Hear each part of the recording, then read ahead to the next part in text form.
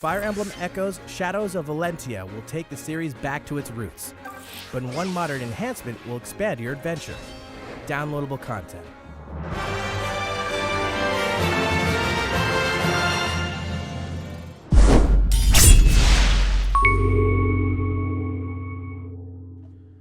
What's up guys, Stevie here with Lucky Crit.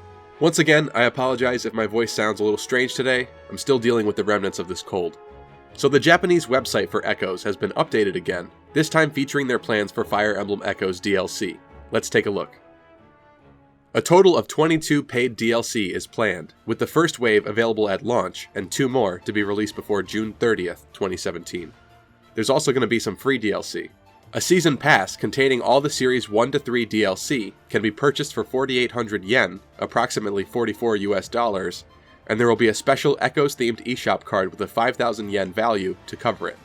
The first series is going to be the Fighter's Journey set, which will be available in Japan on launch day, April 20th. First up, there's the Temple of Stars.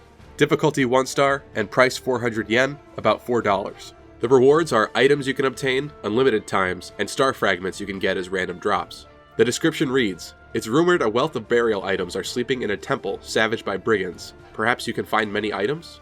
Next up is Villains and Treasures. 1 star, 300 yen, or basically $3, and the reward is silver marks, unlimited times. Merchants are in trouble after their trading headquarters were ransacked by brigands. Maybe if you help them, they'll reward you handsomely.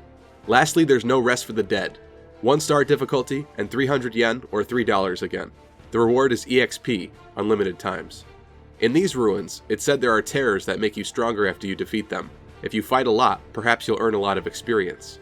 So looking at all 3 of the Series 1 DLC, we can notice a trend that Intelligent Systems and Nintendo have been following lately, with both the Awakening and Fates DLC as well. We've basically got an EXP map, a rare items map, and a gold map.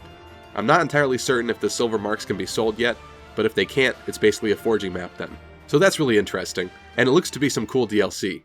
I do want to point out though that with DLC like this, and its past predecessors, you can really extinguish any level of in-game difficulty if you grind on these maps or play them too many times, both in the beginning of the game and throughout your gameplay experience. That isn't to say that these maps are bad, I'll likely be buying them myself, but like it was in Awakening and Fates, if you want the full difficulty the game has to offer, I'd avoid playing these DLC chapters at least until you've beaten the story. Or at the very least, only play them a couple times. For free DLC, we've got Gift from the Goddess 1, which will be a one-time reward of the Boots item, a nice gift to give a unit in your army a bit more movement. We've also got some preliminary information about the other series of Echoes DLC. Series 2 will have 3 maps that make it easier to progress through the mid to late game. Series 3 will have 10 maps that focus on making characters strong, and 4 story maps that take place before the beginning of the game. These sound really cool. They could either be more child maps for Alm & Company, or maybe maps dealing with events that result in triggering the plot of Fire Emblem Echoes. And lastly, Series 4 will feature 2 collaboration maps that will tie into the Fire Emblem Cipher card game. I'm not quite sure what this could mean. Maybe it'll feature some characters on the map from previous Fire Emblem games with some cool artwork. That sounds awesome. Still no word yet on whether or not we'll see any Marth DLC or any DLC from characters from other Fire Emblem games, but to be honest, with Marth being so close right across the ocean, if they don't feature him in a DLC chapter, it'll be kind of a missed opportunity, so we'll see what happens. Will this DLC be worth buying? Well, the EXP chapter will likely feature entombed enemies, like the Exponential Growth DLC chapter from Awakening and the Boo Camp DLC in Fates. These enemies award a bunch of EXP, so it will likely make grinding your army up quite a bit easier. With the Echoes world map and the monster battles lurking about, grinding should be pretty easy by default, so this DLC will just be there to speed things up a bit, and that's going to come down to personal preference and if it's worth a few extra bucks to you. For the Unlimited Items DLC, they may be going the route of Infinite Regalia and Museum Melee in Awakening and Fates respectively, as a DLC chapter with rare weapons you can get more of, or perhaps it'll be a random assortment of items. We're not sure about that just yet. The new Villains and Treasures DLC will provide the player with silver marks, so that will either be DLC to help give out more forging materials if the in-game supply is a bit limited, or perhaps it's a runaround way of giving the player more gold, but like I said, I'm not sure if the marks will be sellable just yet.